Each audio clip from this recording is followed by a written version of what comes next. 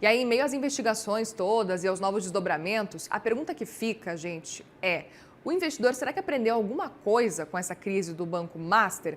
É uma discussão que está mobilizando o mercado financeiro desde o fim do ano passado e eu venho chamar ela, nossa analista de economia, Lucinda Pinto.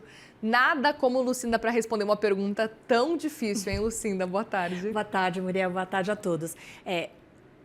Profissionais que trabalham ali na gestão de recursos, nessa parte de distribuição de produtos para os investidores, ou seja, essa parte do mercado que está ali mais em contato com investidores, no dia a dia, esse é um público que está bastante preocupado com essa questão. Bom, primeiro está todo mundo tentando entender ali para onde estão indo os 40 bilhões de reais que estão voltando para as mãos dos detentores de CDBs do Banco Master. Essa é uma pergunta que a gente ainda não tem uma resposta clara, mas provavelmente o que se sente hoje nesse contato com os investidores é que esse dinheiro está voltando ainda para esse perfil de produto com um risco e que é um risco mal mensurado. O que, no fim das contas, tem uma leitura de que, assim, o FGC ele é super importante, ninguém está discutindo isso. O receio é que essa experiência com o FGC, do investidor reaver os seus recursos, sem nenhum... obviamente, todo mundo perdeu rentabilidade ali nesse processo, mas ninguém perdeu capital. Essa experiência talvez traga uma espécie de reforço negativo. Então, aquela ideia, foi vendido para esse investidor um CDB... com a promessa de uma garantia, de uma proteção, o que não é o propósito do Fundo Garantidor de Crédito, ele não é um seguro para o investidor, ele é um instrumento para proteger o sistema bancário. Mas ele é vendido como seguro, é importante dizer, né? Ele foi vendido como seguro. O investidor aceitou assumir esse risco sem pensar muito que havia um risco por trás disso, se sentindo absolutamente protegido acreditando que estava entrando no investimento de baixo risco, que era exatamente assim que era colocado para ele, e esse era o entendimento que ele tinha. E ele reaviu esse dinheiro e agora fica uma ideia de que eu posso continuar me arriscando. Então, é um pouco esse receio que ronda ali, né? Esses escritórios que estão nesse relacionamento com os investidores, Muriel. É muito interessante isso, porque o investidor ele começa a ficar com um pé atrás, né, Lucinda, de até que ponto tem aquele investidor que tem medo de tomar maiores riscos, então fica com o pé atrás de será que eu posso agora fazer um movimento em qualquer instituição financeira, tem esse risco também, mas tem o outro risco daquele que, olha, passei por um sufoco, levei um susto, mas deu tudo certo. O FGC já cobriu o meu problema, é o meu seguro e agora, se acontecer de novo, tá tudo certo. Só que a gente sabe a preocupação do FGC também com relação a isso e a gente sabe o tanto de dinheiro que consumiu do FGC o Banco Master. Imagina se uma instituição também que seja talvez menor que o Banco Master, já vai ser um problemão também para o FGC. Exato.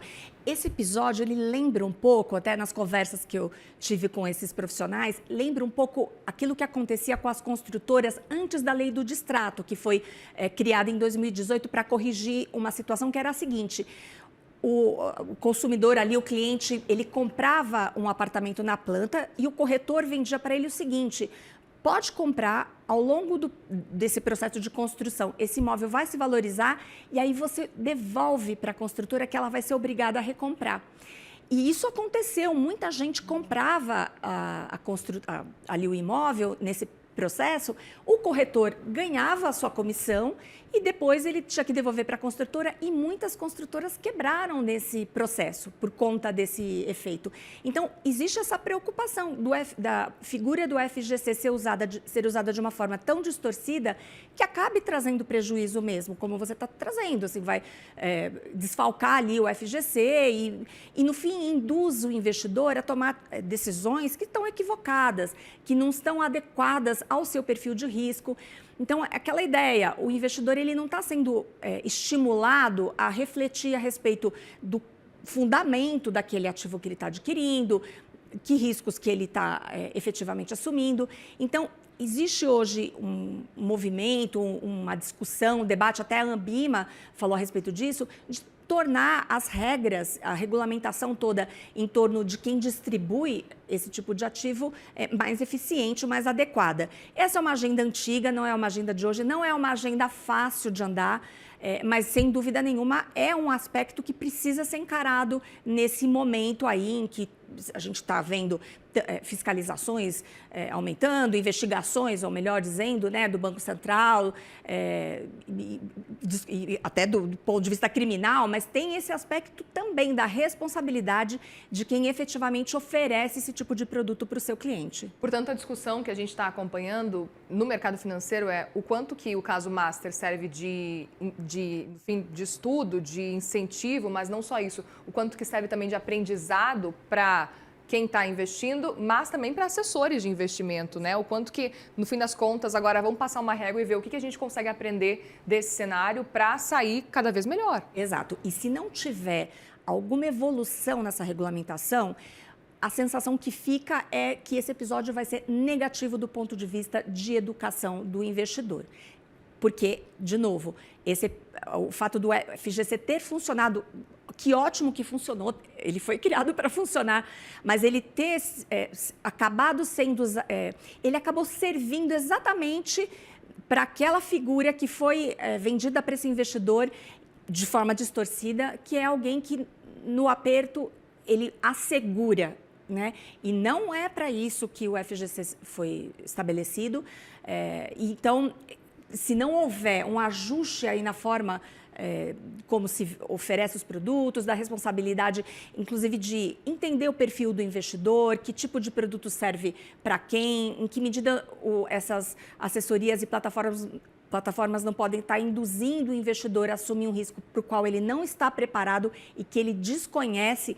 Se não houver uma discussão e uma alteração em alguma medida, então esse episódio vai ser mais um desserviço, uma lição negativa para o mercado financeiro como um todo. E aí até eu te pergunto e aproveito para entender junto, quais são as alternativas que o mercado como um todo olha diante desse cenário? É repensar, por exemplo, o FGC? A gente lembra que antes desse processo todo do Banco Master, a gente teve parlamentares que chegaram a apresentar, enfim, projetos para aumentar o limite do FGC para R$1 milhão. A gente está em R$250 mil e a preocupação é constante. Portanto, como é que você enxerga essa possibilidade? É aumentar o limite do FGC? É pensar em outras formas? É pensar talvez efetivamente num seguro? Como é que você enxerga esse caminho daqui para frente para o investidor mesmo? Levando em consideração que a gente espera que não aconteça, mas com o Banco Master a gente percebe que esse tipo de cenário pode se repetir. Acho que tem uma agenda que já está em curso e que ela é fundamental, que é sobre a forma de remuneração desse assessor de investimentos.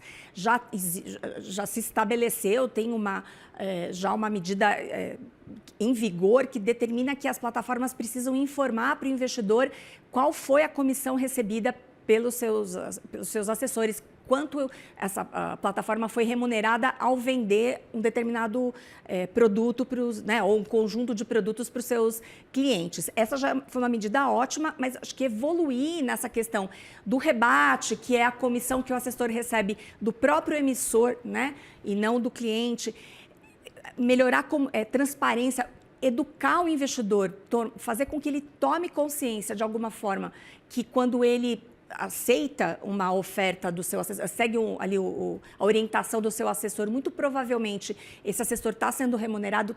Então, eu acho que tem uma agenda no sentido de melhorar a forma de remuneração desses assessores. Isso já está em curso. E a transparência. Isso já está em curso, isso eu não estou falando nada inovador, na verdade, mas é importante a gente tomar essa consciência de que se isso não acontecer, ninguém aqui está dizendo, ninguém do mercado está dizendo que existam outros masters. Ninguém tem nenhuma informação, não tem essa preocupação hoje. Mas a gente não sabe o que vem pela frente, que outros cenários a gente pode enxergar daqui a pouco. Então, é preciso melhorar essa agenda e avançar nela para que a gente tenha um sistema de investimentos mais robusto, mais sólido. E é isso, evitar novos desdobramentos, novos sustos pela frente. Até para que sirva de incentivo para que mais pessoas também entrem nesse mercado, se movimentem com a segurança, com a tranquilidade de que sabem o que estão fazendo, né? Isso é benéfico, inclusive, para aquele emissor de CDBs, de dívida, enfim, que tem mais risco. Porque se essa situação não se ajusta, no fim das contas, na prática, o que vai acontecer é que esse emissor vai precisar sempre pagar um prêmio de risco mais alto para conseguir captar. Então, é negativo para o próprio sistema, sob todos os pontos de vista. Então, eu acho que o debate tem que passar muito por essa questão da remuneração. O FGC também, a forma de compor o fundo também é relevante, mas a distribuição é um lado que precisa ser olhado com tanta atenção quanto todos os outros aspectos que estão sendo discutidos. E conforme isso avança ou não, claro que a gente vai conversando com a Lucinda para atualizar para todo mundo que nos acompanha. Obrigada. Obrigada, Muriel.